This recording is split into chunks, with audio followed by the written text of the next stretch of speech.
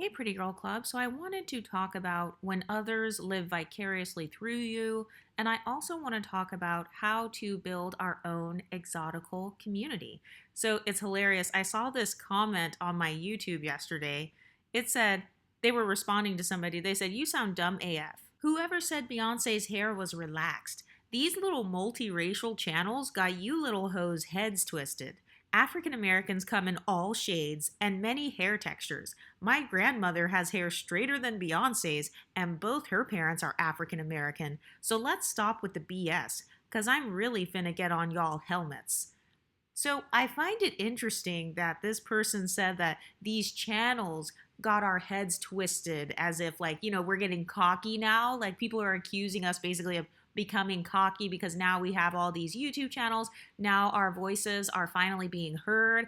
By the way, be sure to follow Dulce K, Multiracial Movement, Golden Goddess, Iconic Exotica, The Exotic Brown Skin Exoticals, and the many other channels that we've got out here in these YouTube streets. We've got All Mixed Up MGM, Pretty In Between, Exotical Dollhouse. I can't think of everybody else right now. Golden Notes, that's another one I was watching last night. But I've noticed that when it comes to social commentary videos, when the colorism conversation first started, dark-skinned, unambiguous Black women who are represented by this picture here, they wanted a space to talk about colorism, texturism, featureism. In fact, they told other people to get out of their space. They told other people to stop being narcissistic by trying to usurp their conversations or usurp their talking points and make it about them. In fact, they said that they wanted to have their own exclusivity and their own exclusive space solely for unambiguous monoracial dark-skinned Black women. And so I said, okay, you're right. You guys should have your own exclusive space where you're safe to talk. So we have started our own movement over here for all of us who do not fit into that category that I just talked about. And we are embracing our phenotypes and our heritage. And I find it funny how people tell us to create our own spaces and then they follow us to wherever we go. And then they want to leave comments like, "Oh, you guys are letting these little YouTube channels get to your head." And it's like, how is someone watching a YouTube channel, how is it getting into their head? You mean they have confidence? You mean they have self-esteem? You mean they're actually embracing themselves now? And I want to talk about this because I've noticed that this is a common phenomenon when other people view you as the pretty girl, or they view you as the popular girl, or the one who is more socially attractive than them. Sometimes people will stereotype you as having a big head, having an inflated ego. And something else that happens is people will try to live vicariously through you. And so when they see you developing autonomy, when they see that you are developing a mind of your own and that you're no longer going to be their scapegoat, this kind of reminds me of like narcissistic parents of like a child that they've been abusing. I kind of feel like when it comes to ambiguous Black women, whether you're mixed race, whether you look ambiguous via being light skinned or whatever, I feel like we have almost been kind of like a stepchild or a child of the Black community, almost like a subgroup of the Black community, to the point where, the mainstream talking points, at least on YouTube, when I started watching it, were more of the dark skin, unambiguous talking points. They were leading and dominating the conversation. And then, you dare not have a different opinion because then you would be called colorist, texturist, featurist, etc.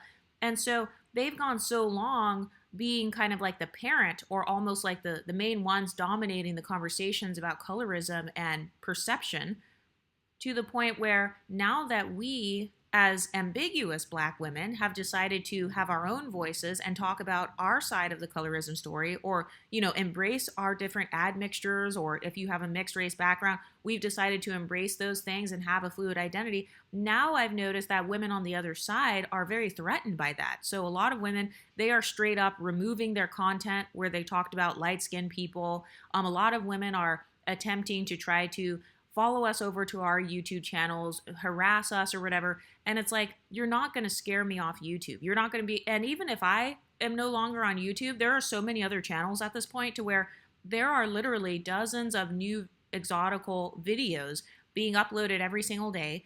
And we have decided that we are no longer going to sit there silently and be an emotional punching bag to women who have been tormented because of their phenotypes.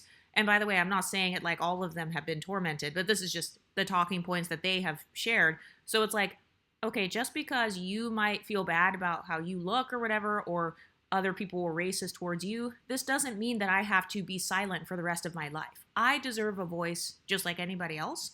And I just found it funny how this commenter was saying it like, oh, you guys are letting these channels get to your head. And it's like, how would you even know that we even have this niche on YouTube unless you're searching for it, unless you're following it, unless you are subscribed or you're watching the channels? And it's like, this happens every single time where in the unambiguous community, instead of paying attention to their own community, instead of paying attention to their own content creators, to their own musicians, to their own actresses or whatever, they choose to obsess over women like Beyonce or women who look like Beyonce's phenotype and make YouTube channels, or women who are of a browner complexion and they identify with their mixtures or with their admixtures. And it's like, this is a typical social climbing mistake that people make when they have inferiority complexes. Instead of admitting their own flaws or admitting where they need to level up, or instead of empowering themselves, they spend their time trying to disempower others. So you know how I talked on another video about building your own pedestal, building your pretty girl pedestal? The only way that you can maintain your position on your pedestal is if you are constantly working on building and maintaining that. So the way to upgrade yourself in society is not by tearing other people down, because remember, when you're tearing others down, you're not building yourself up. And I've noticed that it's only the people who feel like they are beneath you who feel the need to tear you down. And remember, when I use the term living vicariously, what that means is you're living your life through someone else's experiences rather than being a part of your own life. So these are the people who don't have main character energy. Instead of building their own spaces and building their own communities, they want to go and try to tear down other people's communities. And so one of the ways that we as Exoticals can continue to build our community is by, number one, collecting that exotical tax. Because remember, every time someone watches your video, every time they click on your video, you are actually getting paid because the YouTube algorithm is being notified that, hey, a lot of people are watching this channel, a lot of people like this channel. And so that's number one. It's to keep on doing what you're doing. Another thing that I think that we've been doing a good job on here in the Exotical community is embracing our similarities, like focusing on our similarities. And then I love how all the other creators are making their own custom tailored YouTube channels that are based on their exact backgrounds. So for example, like Iconic Exotica, she is of an Ethiopian background. So like if you're an Ethiopian Exotical or you have kind of that phenotype, her channel may be relatable to yours. I know that like Dulce K has a channel, I believe it's for like light-skinned black women. We've got multiple Creole girls who have started their own channels as well. And so I've noticed that that has been such a great way to build up this community, because instead of just focusing on one person, because I don't want this to be like a cult or anything like that. So, but what I like though is how every channel has their own unique talking points. They have their own unique spin on things. I like Pretty In Between because she talks a lot about beauty. She talks about like pretty girl problems. She's even talked about like beauty tips and her special beauty tips and things that she is doing to kind of like enhance her pretty privilege and play around with her ambiguity. And that's another thing that I like about our community here on YouTube. I like the fact that we embrace our different identities and we allow ourselves to be fluid rather than having this cult-like groupthink that they have in a lot of other communities where it's like, oh no, you have to have the exact same views as me on everything, otherwise you're kicked out. And you know what? That groupthink is actually what brought all of us here together in the first place. It's the fact that all of us have been thrown in and out of blackness at some point. All of us have been accused of benefiting from different things, whether it's an ism, colorism, texturism, featureism, or whether it's mixed race privilege or, you know, whatever other privileges they try to say that we have. And when it comes to the psychology of living vicariously through others, people do that as a form of escape. Because think about it, when you're watching a movie for a couple of hours, you're kind of living vicariously through the character in the movie. But I've noticed that some people, they do this in real life, and this is because they're trying to escape the pain of their own life. And so instead of focusing on the areas where they need to improve, and instead of focusing on nitpicking themselves or like, thinking about what they have to work on. They'd rather spend their time nitpicking others. It's almost like the difference between the pretty girl who is just leveling up versus the girls who are talking shit about her. The girls who spent all that time talking shit about the pretty girl, they could have spent that time working out. They could have spent that time doing their hair, brushing their teeth, putting on deodorant, doing something to better themselves. But because they didn't have anything better to do and because they didn't have anywhere to go, they don't have anywhere to look pretty. They don't feel important. And so if people don't feel important in their own lives, they choose to focus on other people that they view as more important than them. And so this is really just proof of what I've been saying all the time. The fact that so many people are focused on our community, this shows how much social power we really have, not just in the media, not just in our hometowns or in school or in college or in the dating market, but also even on social media. Isn't it incredible? Think about the fact that this channel here only has 18,000 subscribers, but then you've got a YouTube channel that's got over 200,000 subscribers now hiding her videos that were talking about light-skinned people because of the intimidation level when it comes to this platform and when it comes to this growing community. So that's actually a huge victory. And one thing that I've learned too is that if people are that threatened by you, especially when you start leveling up, not just on YouTube, but just in real life, anytime somebody is threatened by you, that actually shows that you're doing something right. And this person that left the comment here about us letting these YouTube channels get to our heads, or basically thinking we're all that or whatever, that actually proves that you think that we have a reason to think that we're all that. Anytime somebody says that you're stuck up, they're admitting that you have a reason to be stuck up. So people don't understand that with their own words, they actually ensnare themselves. Another thing that I've noticed when it comes to society is that a lot of women are triggered by a girl who seems to have it all. So let's say you are the pretty girl, you embrace who you are, you embrace your identity, you also have friends or you have a community online, and now you're building your own business, you're building your own YouTube channel, you're building your own Etsy store or Patreon. I've noticed that once you begin to stack all of your different privileges, so for example, education privilege, you have business knowledge, you have the privilege of having the skill to edit videos or whatever. Once you begin to stack all of those things in your favor to build your pedestal for yourself and to build that wealth and stuff, I've noticed that that really triggers people a lot as well, because you are reminding them of every failure that they have in their own lives. I've talked on this channel before about how the number one way that people develop inferiority complexes is actually by not admitting their own jealousy. Jealousy is actually just a passing emotion. It's a totally normal emotion. Anybody who says that they're not jealous of anyone or they've never been jealous of anyone, they are actually the most jealous person because they're so insecure to the point where they can't even admit that they have a normal human emotion. So the thing that I realize about jealousy is that jealousy really just points you in the direction of who you want to become. So a good question to ask yourself is, what am I jealous of? Am I jealous of this girl's social status? Am I jealous of this person's business or their body type or whatever?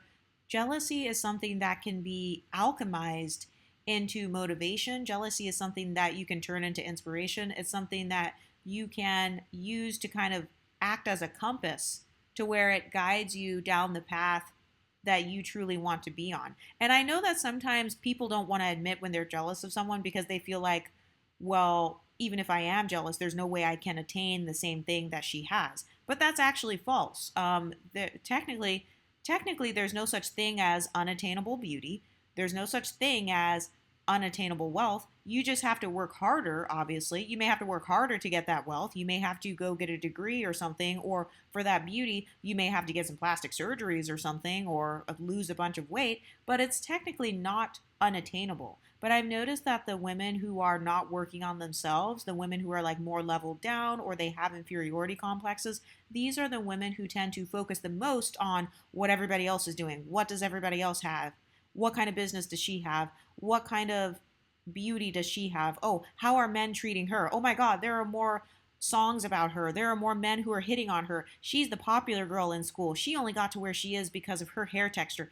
Usually the people who have mindsets like that, they're very externally focused. So I talk a lot about internal locus of control and external locus of control. And I love to use these phrases in terms of social climbing. Do you have an external locus of control when it comes to social climbing? So, for example, having the mindset of there's nothing I can do about my future, or, everything is determined based on fate or based on luck or my spirituality or my religion, versus people who have an internal locus of control. They feel like, hey, no, I'm the main character of my life. I'm the main character of my dreams. I am in charge of my business. My passion, my work ethic, my consistency will bring me to the top. And that's one thing that I've noticed is a really positive thing about the exotical space here on YouTube, is that every single one of the content creators on here, they all have an internal locus of control. So instead of them waiting for somebody else to represent them, because even like for me myself, I can't represent every single ethnic background, every single admixture. I'm just one person. So instead of waiting for others to represent them, these women have gone out and they've started their own YouTube channels. And they're like, hey, I'm going to specifically talk about light skinned black women who are monoracial, or hey, I'm going to specifically talk about this from an Ethiopian standpoint, or I'm going to talk about this from the standpoint of an exotic brown skinned girl. And so that's one of the skills that it takes to build a community. Part of building a community is having shared experiences, but it's also about celebrating the nuances within your community. And it's about celebrating the small diversities within your community and still treating those people with respect. The reason that the exotical community started was because there was too much groupthink in the black community. There was too much groupthink in terms of unambiguous black women, to where a lot of the rhetoric they were saying was kind of where it's like, if you're lighter skinned, you're an enemy, or you're more likely to be colorist. Or I've even heard people say that if two light skinned people date each other, then they're being colorist because they want their kids to come out light skinned, which is like, they're basically being like eugenics. They're practicing eugenics basically. So that's too much groupthink. That's an example of having too much groupthink to the point where it's toxic, to where you become so exclusive to the point where you don't even want to accept anyone that could have something different than you. It almost becomes this competition of who has the most privilege, or in the opposite direction, who's the biggest victim? I'm the biggest victim. I have it the worst. Dark-skinned, unambiguous women are the least protected, or whatever. And so rhetoric like that is a part of why Exoticals have decided to create our own spaces. And so if you feel like you relate to this channel, or you relate to this side of YouTube more than mainstream colorism content creators such as Chrissy, then this is the space for you. But what do you ladies think? Has anyone ever tried to live vicariously through you? Let me know in the comment section, and I'll talk to you next time. Stay pretty, ladies.